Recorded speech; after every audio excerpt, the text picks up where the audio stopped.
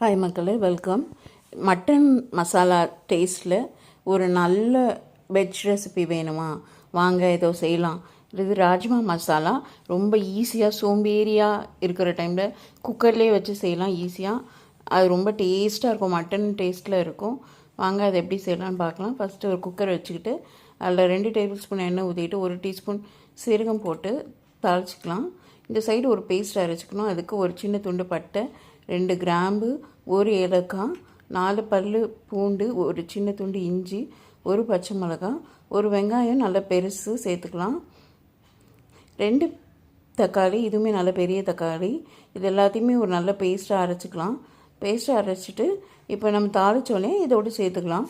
இதோடு சேர்த்து இதில் இந்த டேஸ்ட்டுக்கு வரணுன்னா இதை நல்லா 5 to 7 மினிட்ஸ் நல்லா வதக்கணும். எண்ணெய் பிரிஞ்சு வர வரைக்கும் வதக்கணும். அது இப்படி வதக்கின பிறகு மசாலா சேர்த்துக்கலாம். ஒரு 3 டீஸ்பூன் மிளகாத்தூள், 3 டீஸ்பூன் தனியாத்தூள், 1 டீஸ்பூன் கரம் மசாலா, ஒரு 1/2 டீஸ்பூன் மஞ்சள் தூள் சேர்த்து நல்லா எண்ணெய் இந்த மாதிரி பிரிஞ்சு வர வரைக்கும் வதக்கணும். அது கூட கொஞ்சமாக உப்பு சேர்த்துக்கலாம்.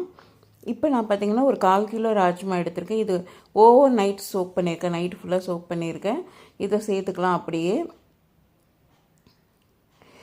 இது நல்லா சேர்த்து இந்த முங்குற அளவுக்கு கொஞ்சமாக மட்டும் தண்ணி சேர்த்துக்கலாம். நான் ஒரு 100 ml தண்ணி சேர்த்துருப்பேன். ஊற வச்சதில் கொஞ்சம் தண்ணி இருந்தது, உங்களுக்கு பார்த்தா தெரியும், கண் அளவு பார்த்தா. ஸோ அந்த அளவு மட்டும் சேர்த்துக்கலாம். சேர்த்துட்டு நம்ம குக்கரை மூடி வச்சு ஒரு 2 விசில் வச்சுட்டு ஒரு 10 நிமிஷம் ஃபுல் சிம்மில் வச்சு வேக வச்சுக்கலாம். அப்போ தான் ராஜ்மா நல்லா சாஃப்டாக வெந்து வரும். ராஜ்மா நல்லா வெந்தால் மட்டும்தான் இந்த டிஷ் ரொம்ப டேஸ்ட்டாக இருக்கும். ஸோ அந்த மாதிரி வேக வச்சு எடுத்த பிறகு பார்த்திங்கன்னா இப்படி தான் இருக்கும். கடைசியாக உப்பு அட்ஜஸ்ட் பண்ணிக்கோங்க.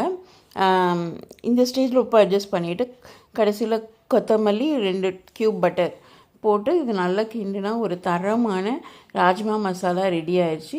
கண்டிப்பாக ட்ரை பண்ணுங்கள். இது சப்பாத்தி, ஈவன் இட்லி, தோசை கூட ரொம்ப டேஸ்ட்டாக இருந்தது. நான் ஏற்கனவே ஒரு வாட்டி ராஜ்மா ரெசிபி போட்டிருக்கேன். ஆனால் அதை விட இது ரொம்ப டேஸ்ட்டாக, இது நம்ம சவுத் இந்தியன் டேஸ்ட்டுக்கு, தமிழ்நாடு டேஸ்ட்டுக்கு ஆப்டாக இருந்தது. கண்டிப்பாக ட்ரை பண்ணுங்கள். தேங்க்யூ.